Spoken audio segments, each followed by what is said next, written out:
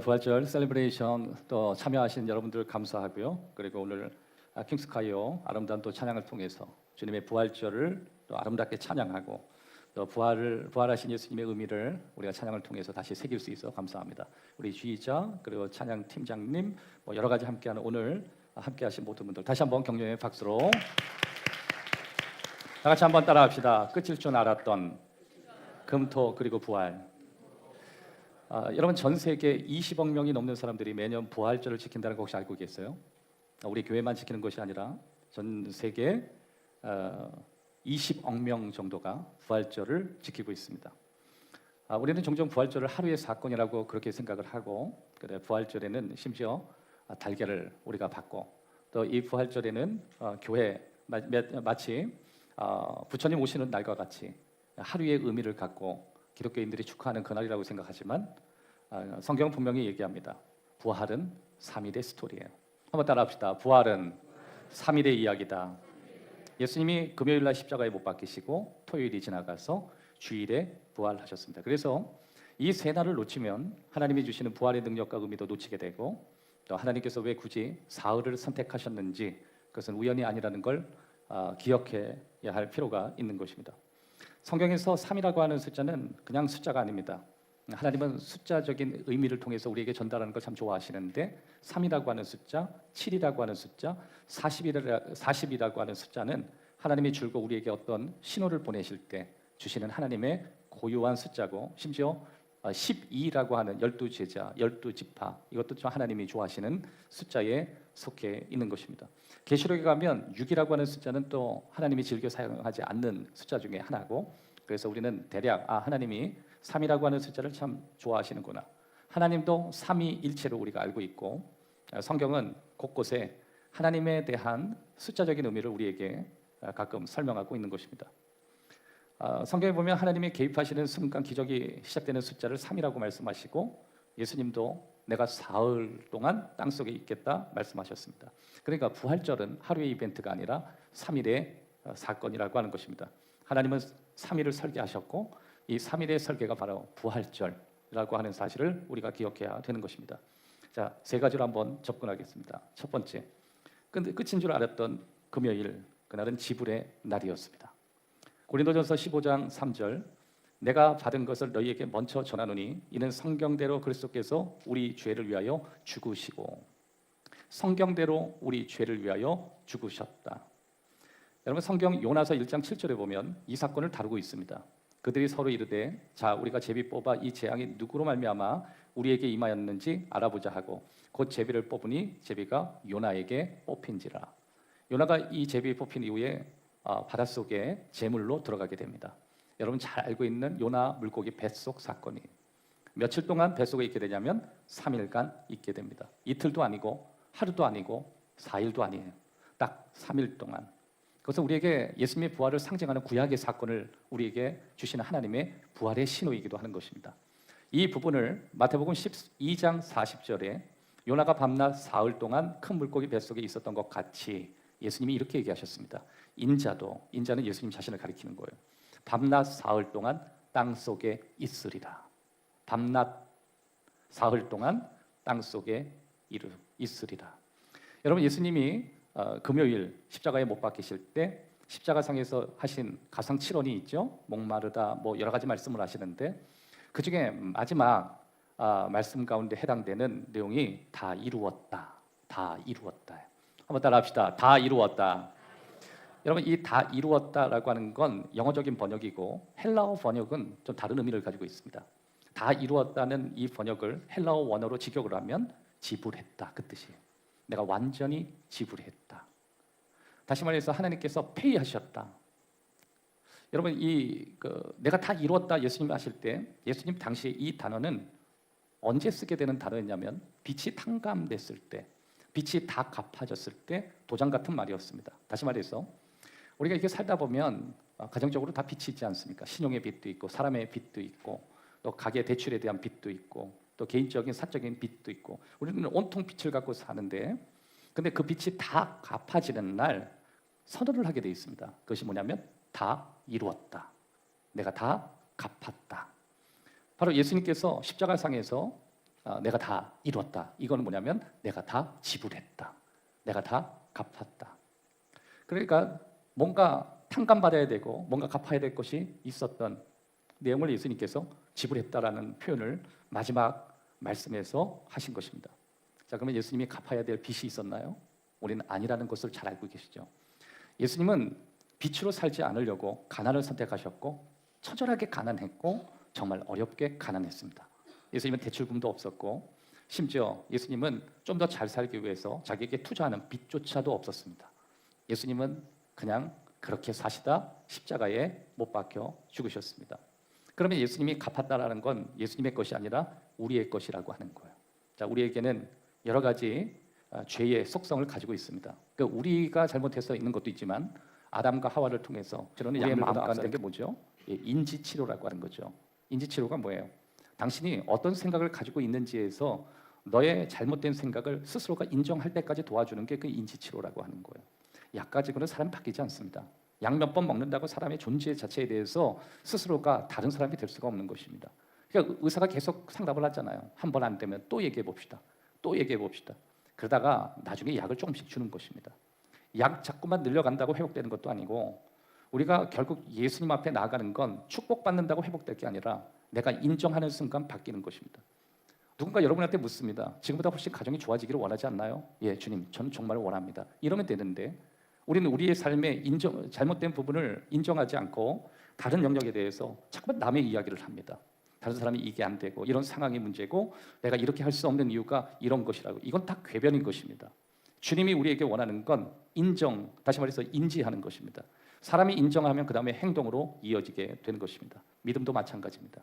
믿음도 내가 믿음에 대해서 인정하고 내가 정말 믿는다고 하면 반드시 믿음은 움직이게 되어 있습니다. 움직이지 않는 믿음은 죽은 믿음이라고 예수님의 동생 야고보가 이야기했습니다. 무슨 뜻이에요? 살아있는 건 움직이게 된다. 움직이지 않는 게 고역이고 움직이지 않는 게 기적 아닌가? 믿음이 살아있으면 움직이게 돼 있다. 여러분, 믿음이라는 건 내가 인정하는 것입니다. 내 생각, 내가 가지고 있는 가치, 그리고 내 안에 있는 하나님의 말씀을 인정하는 순간 뭐 기적이라고 할 필요가 없습니다. 그냥 움직이는 역사가 일어나는 것입니다. 예수님이 숨을 거두시자 성전 휘장이 위에서 아래로 찢어졌습니다. 우리가 볼 땐 휘장이 찢어졌다는 이야기를 하지만 당시에 이것은 엄청난 기적의 사건이었습니다. 왜 그러냐면 성전, 다시 말해서 대제사장만 들어갈 수 있는 지성소에 휘장이라는 게 있었습니다.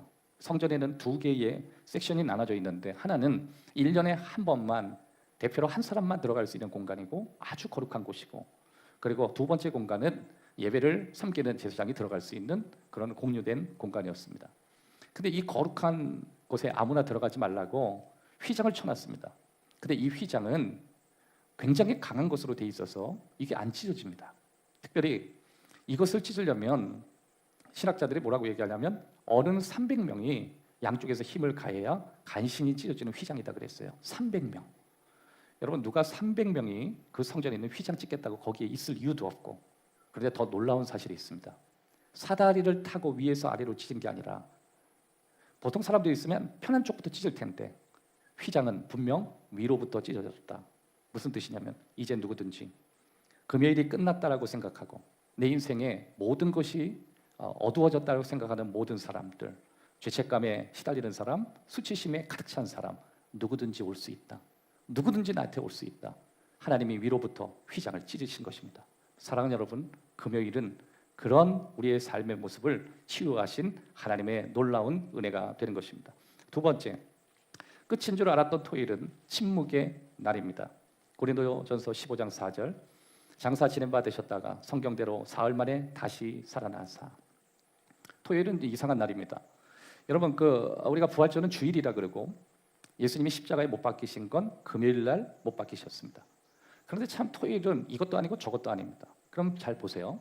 저와 여러분처럼 효율적인 사람이라면 굳이 3일 동안에 질질 끄는 사건을 주실 이유가 없습니다. 그냥 주님이 십자가에 못 박히시고 뭐 그날은 그렇다고 쳐도 다음 날 주일로 이어붙이면 되는데 도대체 이게 토요일이 왜 필요한가? 혹시 여러분 생각해 보셨어요? 여러분 인생에 왜 토요일이 필요한가? 그래서 토요일은 약간 이상한 날입니다. 성경에 아무리 봐도 이 토요일에 아무 일도 일어나지 않았고 그냥 아무 변화도 일어나지 않았고 하나님도 이날은 아무 이야기도 안 하시고 그냥 침묵이었습니다. 여러분, 여러분의 인생에도 토요일이 있다는 거 혹시 알고 계세요? 기도해도 응답이 없는 날, 희망은 있었는데 현실은 그대로인 날. 이걸 뭐라 그러냐면 중간의 날, 그렇게 얘기합니다. 따라합시다. 토요일은 중간 날이다. 문제는 이것입니다. 우리 인생 모두는 토요일을 산다는 거, 모든 신앙인들에게는 토요일이 지나간다는 거, 그리고 이 토요일은 하나님이 만드셨다는 것입니다. 세 가지 반응 때문에 아마 이 토요일을 만드신 것 같습니다. 첫 번째, 어떤 사람은 이 토요일에 포기가 일어납니다. 고린도전서 15장 12절, 그리스도께서 죽은 자 가운데서 다시 살아나셨다 전파되었거늘 너희 중에 어떤 사람들은 어찌하여 죽은 자 가운데서 부활이 없다 하느냐. 예수님께서 죽은 자 가운데서 다시 살아났다 전파가 다 됐는데 어떤 사람은 이렇게 얘기합니다. 난 부활이 없다고 생각해. 부활 같은 건 없어. 믿음을 내려놓는 사람들입니다. 토요일에 멈춰버리는 주신 그 축복을 주신 하나님을 사랑하는지, 아니면 아브라함이 받은 축복 자체를 좋아해서 하나님을 사랑하는지, 그것을 하나님이 테스트하는 것이었습니다. 여러분, 하나님 가끔 우리를 이 토요일의 공백의 시간을 통해서 테스트를 참 많이 하시는 것 같아요. 특별히 욥도 그랬습니다. 욥도 마귀가 욥을 흔들 때 하나님께 제안한 게, 하나님이 이것저것 다 주니까 욥이 저렇게 하나님 사랑한다고 하지 그거 일부만 걷어가 보십시오. 하나님 저주하고 떠날걸요. 아브라함도 그랬고 욥도 그랬고 어쩜 다 똑같은 것입니다. 그런데 창세기 22장 4절에 보면 하나님이 어느 날 아브라함에게, 야, 내가 백세에 준 사랑하는 너의 아들을 모리아산에서 내가 지정한 곳에서 바쳐라. 그러나서 아브라함이 그 모리아산을 향해서 갑니다. 여러분, 그래 모리아산을 향해서 가는 거는 마음만 먹으면 그냥 갈 수 있습니다. 그런데 4절에 보면, 창세기 22장 4절에 보면 산을 바라보니, 그게 이제 모리아산을 얘기하거든요. 산을 바라보니 그때가 사흘길이 됐다 그랬어요. 그러니까 여러분, 이 사흘길은 갈등의 시간이고 이미 자기 자신을 내려놓는 투쟁의 시간이고 자신의 감정과 믿음이 싸움하는 시간이었어요. 여러분, 토요일은 그런 시간이에요. 하나님께서 여러분에게 기적을 주지 않고 어떤 재밌는 사건을 주지 않고 심지어 여러분들이 하나님을 믿었기 때문에 잘 되는 일도 없는 그냥 무료한 토요일을 주실 때, 그때가 바로 여러분의 감정과 믿음이 싸움하는 시간이에요. 한번 따라합시다. 내 감정과 믿음이 싸움을 한다. 결국 아브라함이 그 싸움에서 결정을 하게 되죠. 그래서 그가 자신의 아들을 제물로 바치려고 할 때, 아브라함아 손대지 마. 내가 사랑하는 내 독자 이삭을 나보다 덜 나를 더 사랑하는 줄 이제야 알았다. 그 아들도 복을 주고 너도 복을 줘서 믿음의 아버지가 되게 하겠다. 언제나 하나님은 우리를 그렇게 테스트하십니다. 여러분, 저는 여러분을 힘들게 하려는 생각은 없지만, 여러분, 하나님 왜 사랑합니까? 하나님이 여러분 잘해주셨기 때문에, 여러분 건강하게 해야 하기 때문에, 여러분에게 주신 것이 많기 때문에 사랑합니까? 물론 그것도 중요합니다. 하지만 그것이 전부가 아니라는 걸 기억하십시오. 그거를 주셨기 때문에 주님을 사랑하는 게 아니라, 그것이 없어도 저는 주님을 사랑합니다. 온 마음으로 주님을 사랑합니다. 나의 전부가 되신 주님을 사랑합니다. 그럴 때 우리의 삶에 놀라운 기적을 주시는 것입니다. 제가 말씀을 준비하면서 이제 정리를 하고 교회를 딱 오기 전에 갑자기 제가 수요일 날 바이블 스터디를 하면서 저희 교회 권사님, 신원자 권사님이 아버님에 대해서 간증한 것이 갑자기 머릿속에 쑥 지나갔습니다. 저는 이것을 하나님의 사인이라고 생각했고, 이 부활의 날, 예수님은 2000년 전에 부활하셨지만 그 부활하신 사건이 오늘 우리에게 일어날 수 있다는 것을 간증할 필요가 있다는 생각을 했습니다. 여러분, 그 신원자 권사님이 아버님이 정확한 병명은 모르지만 제가 알기로는 뇌경색으로 알고 있고, 그리고 누워 계셨다는 걸로 알고 있습니다. 그리고 권사님도 벌써 60세가 넘으셨기 때문에 아버님은 대략 연세를 생각해도 회복이 어려운 나이고 평생 그렇게 수발을 받다가 주님이 부르시면 아름답게 가시는 것이 비전이었을 것입니다. 권사님도 늘 기도하면서 그런 기적을 바라지도 않았고, 그렇다고 또 아버님이 뭐 국가를 위해서 일한 분도 아니고 또 하나님 나라에 정말 신실하게 필요한 분도 그렇게 지금으로서는 그렇게 이해하기는 좀 어렵고 그냥 아버지였고 사랑하는 부모였는데, 그분에게 기적이 일어났다는 권사님의 간증을 들었습니다. 그것은 자신의 아버님이 어느 날 갔는데 일어나 걸으셨다는 것입니다. 이거는 여러분 아무리 생각해도 현대의학으로는 이해가 되지 않습니다. 왜 그러냐면 뇌경색에 걸리신 분은 다시 일어나서 회복한다는 거 어렵습니다. 어린 친구라면 몰라도, 아주 재활을 하는 사람이면 몰라도 그런 재활도 받지 않으시는 분이 어느 날 그렇게 걷는다는 건 그건 정말 현대 과학의 문명 가운데는 말이 안 되고 그냥 그걸 잘 수용하세요. 병은 병으로 받아들이세요. 뭐 이렇게 호스피스 정도 연결하거나 요양원 정도의 좋은 것을 하는 것이 지금도 나이스한 그리스도인들이 추구하는 방식일 텐데 아버님이 걸었다고 합니다. 그래서 공부하면서 그럼 그쵸 아버님 어디 계시냐 그랬더니 아버님이 산책하고 계신다고. 여러분 제가 이 말을 할 때 여러분 무슨 귀신 신하라 까먹는 얘기를 하냐 그러실지 모르지만 그 간증을 하는 그 권사님이 이 자리에 계시고 혹시 궁금하면 그 권사님에게 직접 물어보십시오. 제가 이것을 설교를 하면서 어떻게 할까 할 때 성령께서 제 마음에 그러셨습니다. 간증하라. 너의 간증이 아닌 누군가의 간증이라도 그것은 내가 한 것이니 하라 그러시는 것 같았어요. 그래서 여러분 혹시 그게 진짜냐? 권사님한테 물어보십시오. 자, 권사님 손을 들어주십시오. 맞습니까? 아멘 할렐루야. 박수 하나님 앞에 한번 드립니다. 여러분 오늘도 부활의 기적은 나타납니다. 권사님은 침묵의 토요일을 지나신 것 같고 그리고 아버님을 바라보시면서 가슴 아파하는 딸이었고 내가 도울 수 없고 내가 의료적인 지식이 없지만 그냥 그렇게 진부한 토요일을 지나가지만 어느 날 우리 권사님에게 주일이 찾아오신 것 같습니다. 그것이 아버님에게 일어났고 왜 그 많은 사람들 중에 왜 우리 아버지가 이런 기적의 모습을 가졌을까? 그건 주님만이 아십니다. 여러분에게도 그 기적이 오늘 부활절 이후에 일어나기를 주의 이름으로 축원합니다. 금요일은 사건이고 주일은 기적인데 토요일은 우리에게 과정을 달아보시고 그 과정이 지난 이후에 기적을 주실 줄 믿습니다. 우리 찬양 한 곡 부르겠습니다. 시작됐네 우리 주의 능력이 그런 찬양인데 우리 한번 불러봤으면 좋겠습니다.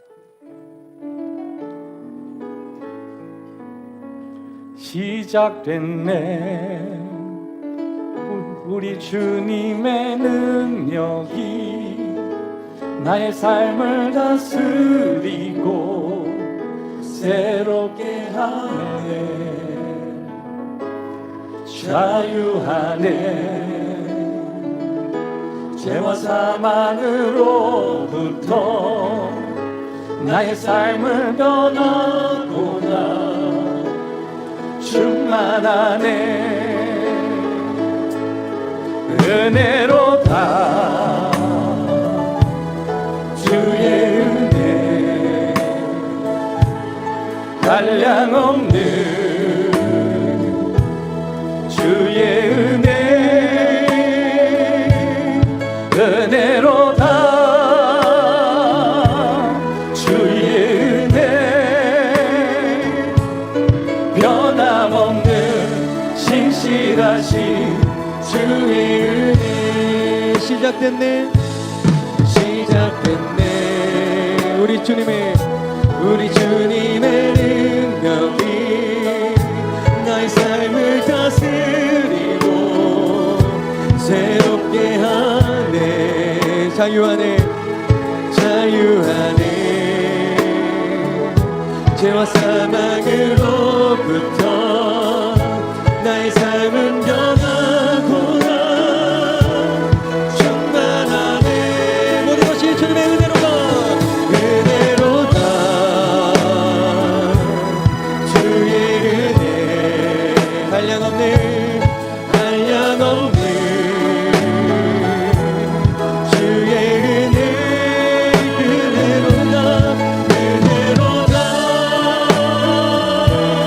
주의 은혜 변함없는 신실하신 주의 한 번 더 고백합시다.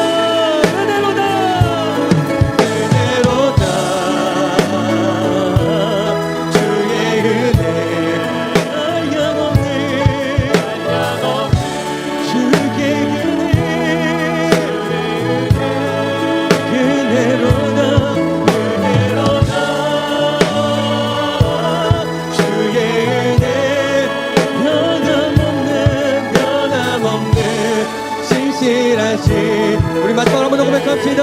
모든 것이 주님의 은혜를 믿습니다. 은혜로다 주의 은혜 한량없는 주의 은혜